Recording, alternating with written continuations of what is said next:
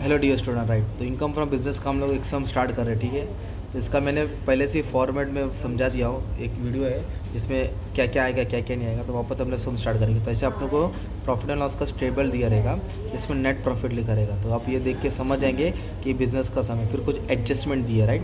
तो सबसे पहले क्या करना पड़ेगा, अपने को एडजस्टमेंट सॉल्व करना पड़ेगा। तो एडजस्टमेंट सॉल्व करके पहले फॉर्मेट बना के रखा है, इसका स्क्रीनशॉट लेके रख सकते हैं आप। तो सबसे पहले क्या लिखेंगे, इनकम फ्रॉम बिजनेस। तो पहले अभी हम लोग इनकम फ्रॉम बिजनेस सॉल्व करेंगे, राइट। इधर तक सॉल्व करेंगे, फिर अदर सोर्स और डिडक्शन में जाएंगे, ठीक है। तो सबसे पहले क्या लिखेंगे, net profit as per profit and loss account. क्या लिखेंगे, नेट प्रॉफिट। तो net profit as per profit and loss account ये दिया ना, नेट प्रॉफिट 3,90,000। 3,90,000। तो इधर लिख दिया 3,90,000। एटलीस्ट कॉलम बना के ये लिख के 2 मार्क्स तो मिल गया। और ये ऐसा लिखने का रहता है, कौन है, सुरेंद्र है, प्रीवियस ईयर डाल दिया, स्टेटस डाल दिया, ये लिखना रहता है, ठीक है, हर एक सब में। तो आ जाओ, तो नेट प्रॉफिट लिख दिया। अभी क्या दिया इधर, एक्सपेंस कंसिडर सेपरेटली। तो जो एक्सपेंस बिजनेस का नहीं होता है वो रिकॉर्ड करना है, जो पर्सनल एक्सपेंस है वो लिखना है, जो बिजनेस की बाहर की एक्टिविटी है वो लिखना है। तो पहले एडजस्टमेंट सॉल्व करेंगे। तब इधर क्या दिया, पढ़ो। Salary income. Salary include include salary to proprietor. किसको दिया, प्रोप्राइटर मतलब मालिक। तो जो मालिक ने लिया है ना, तो क्या हो जाएगा, मालूम है, एक्सपेंस डिसअलाउ हो जाएगा। जो भी प्रोप्राइटर लेके जाएगा ना वो बिजनेस का नहीं हो जाता, ठीक है। प्रोप्राइटर मतलब मालिक।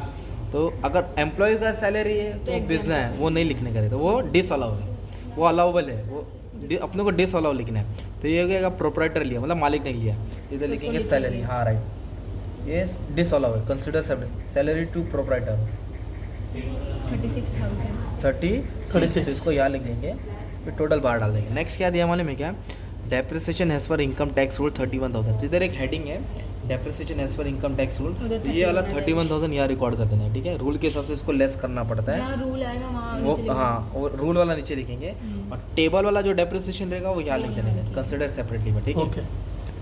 थर्ड क्या बोला है, 1/5 motor car expense are consider personal. जो मोटर कार एक्सपेंस है ना वो दिया है 25,000, बिजनेस के लिए लाया था। और उसमें से जो 1/5 है ना वो घर के लिए इस्तेमाल किया। 5,000। जो घर के लिए रहेगा वो डिसअलाउ में आएगा। इधर क्या लिखा, मोटर कार, क्या लिखा, मोटर का पर्सनल यूज पर्सन है ना। 5,000, 1/5 5,000। 1/5 मतलब डिवाइड बाय 5 करेंगे। तो ये कितना है मालूम है, 25 से 25। इसको डिवाइड बाय 5 करेंगे तो 5,000। ये क्या हो गया तुम्हारा, पर्सनल हो गया। और ये पेड है, तुम्हें बोला ना पेड वेड सब किधर आता है, डिडक्शन। तो डिडक्शन उसके बाद में देखेंगे। तो अभी हमने क्या किया, ट्रांजैक्शन रीड किया तो कुछ इन्फॉर्मेशन मिला। अभी टेबल रीड करेंगे। तो टेबल में क्या है, जो बिजनेस का है वो नहीं लेना है, बिजनेस के अलावा अदर दैन डिसअलाउबल। तो सैलरी बिजनेस है, कन्वेंस मतलब travelling business, printing business, staff welfare employ का बिजनेस होता Business है। है। अभी क्या दिया, इन्वेस्टमेंट है, क्या ये, PPF। तो प्रोविडेंट फंड के अंदर इन्वेस्ट किया। तो ये बिजनेस का थोड़ी होता है ना, तो इसको यहाँ लिखेंगे, कंसिडर सेपरेटली इन्वेस्टमेंट इन प्रोविडेंट फंड, ये बिजनेस का नहीं है, ठीक है, इसलिए यहाँ डेप्रिसिएशन भी बिजनेस का नहीं होता है, बिजनेस का नहीं, बिजनेस के बाहर होता है। एसेट्स पे चार्ज करते हैं ना वो, ऑपरेटिंग एक्टिविटी नहीं है ना ये, इसके लिए इसको रिकॉर्ड करना पड़ता है। जो ऑपरेटिंग है वो नहीं लेना है, अदर है। इनकम टैक्स भी बिजनेस का नहीं है, Business का बाहर नहीं, बाहर का। बाहर जाता है।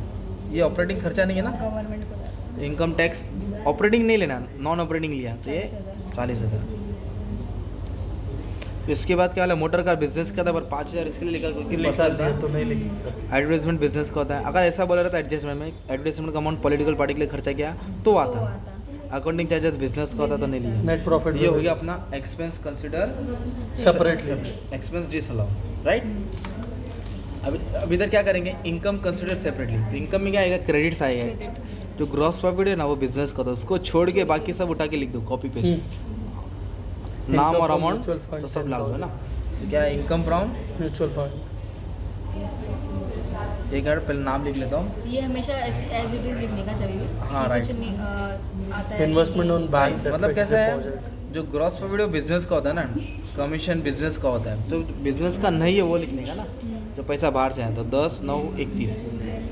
तो 10, 9, 31। अब इसको क्या कर देंगे, आप ऐड कर देंगे तो 1,81,000 आ रहा है। भाई गिफ्ट फ्रॉम फ्रेंड। अब अरे तू समझा नहीं बंटी, ये जो है ना इनकम कंसिडर सेपरेटली, अच्छा, इसमें रूल अभी नहीं आएगा, अदर सोर्स में तब लेना हाँ नहीं हाँ, लेना। अदर सोर्स में अलग। तभी क्या किया, एक्सपेंस लिखा वैसे अदर बाहर का इनकम ओके लिखा। ओके। इसका भी टोटल क्या कर देंगे, बाहर डाल देंगे। तो 10, 9, 20, 10, 51। 9, 19, 19, 30। ब्रैकेट मतलब क्या हो जाएगा, माइनस। माइनस क्या अभी हुआ, आपको क्या करना पड़ेगा मालूम है, सबसे पहले ये क्या है, इनकम Income फ्रॉम from- तो बिजनेस पहला क्या आएगा net net profit, profit 390.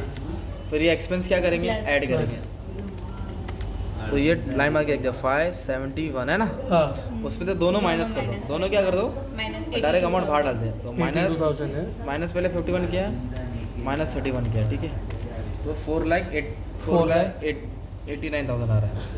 Actually ये 50,000 है, ये कितना है कोई बोला 50. 50,000. तो 571 माइनस 50 माइनस 31 4,89,000. 4,90,000 आया. 90. 4,90,000 क्या आएगा तुम्हारा इनकम फ्रॉम बिजनेस. तो पहले क्या आएगा नेट प्रॉफिट फिर क्या ऐड करेंगे एक्सपेंसेस Expenses. कंसीडर सेपरेटली फिर क्या? इनकम माइनस फिर करेंगे इनकम और डेप्रिसिएशन. फिर डेप्रिसिएशन इसको सॉल्व minus करके आपको होएगा. क्या मिला income from business. Income from- ठीक है, ये बिजनेस इन लोगों ने इतना अर्न किया राइट. हाँ. फिर इनकम फ्रॉम अदर सोर्स आएगा, क्या आएगा. इनकम फ्रॉम अदर तो अभी जो नाम और अमाउंट लिखा था ना वापस इधर कॉपी करो सर, जो क्रेडिट में है ना नेम वापस से कॉपी करो, सिर्फ नेम. ठीक है, तो एक पैसा कहाँ से आया है income income from from mutual fund. दूसरा आया इन्वेस्टमेंट ये ऑन दोनों जगह हमेशा same ही होगा. हाँ नहीं अभी सिर्फ इधर ना क्या कह रहा है अपन नाम लिख रहे हैं ना अभी. नाम सेम होगा ना हाँ सेम ही रहेगा राइट. अभी क्या इनकम फ्रॉम म्यूचुअल फंड ये टैक्सेबल है क्या, ये टैक्सेबल इसके ऊपर अमाउंट आएगा. इंटरेस्ट भी क्या होता है टैक्सेबल होता है, टैक्सेबल आएगा. गिफ्ट नॉन पर टैक्स गिफ्ट है ना फ्रॉम एग्जाम्प्ट. Exam Exempt. उसका लिमिट कितना है 50,000 से 50,000 ज़्यादा आएगा ना तो 1 लाख टैक्सेबल है. रिलेटिव्स का 1 लाख है. हाँ. तो दोस्त ने 50 से कम गिफ्ट दिया इसलिए क्या होगा एग्जाम हो गया. तो तो कितना हो गया 19,000. 19,000 है. ये माइनस होएगा तो बंटी रुक जा. तो ये पैसा कहाँ से कमाया है बिजनेस से, और ये पैसा कहाँ से कमाया अदर Other सोर्स. source तो से. दो जेब से पैसा आ रहा है ना, Plus. तो दोनों को Plus. क्या कर देंगे ऐड कर देंगे. 4,90,000 और 19,000 ऐड होगा 4,90,000. 5,09,000. 5,09,000. तो 5,09,000 क्या हो गया अपना ग्रॉस टोटल इनकम. फिर क्या चेक करेंगे डिडक्शन. Deduction. डिडक्शन कैसे मिलेगा paid paid contributed allowed amount Spent. Receive. Paid contributed spend है ना डिपॉजिटेड, ये Amount सब किसकी received. निशानी है डिडक्शन की. तो अभी अपने को क्वेश्चन में इधर दिया है ही पेड, क्या दिया है ही He पे paid. कितना पेड किया. मेडिकल 10,000. इंश्योरेंस 10,000. तो मेडिकल इंश्योरेंस 80D में आएगा, किसमें आएगा 80D में आएगा बराबर. 10,000 लिख देंगे बाहर. क्लेम प्रीमियम का पैसा भर रहा है कितना दिया 10,000 राइट. हाँ. और एक डिडक्शन है ना अपने को इधर टेबल में दी इन्वेस्टमेंट देखो दिख रहा है ना प्रोविडेंट हाँ, ये फंड ना, वो 80C PPF. में आएगा. 80 इन्वेस्टमेंट है ना इन्वेस्टमेंट एंड पीपीएफ. इन्वेस्ट रहेगा ना वो भी डिडक्शन में Paid आएगा. किया है. तो किधर पे किया उसने 80 सेक्शन सी. तो इन्वेस्टमेंट इन PPF ये 70,000 सेक्शन सी है. 80C. 80 तो ये इन्वेस्टमेंट जो रहता है वो डिडक्शन में आया कितना हाँ. हज़ार 70,000. 70,000. एक टेबल में भी मिला डिडक्शन. ये हो टोटल गया कितना आ 80,000. जाएगा 80,000 हो जाएगा.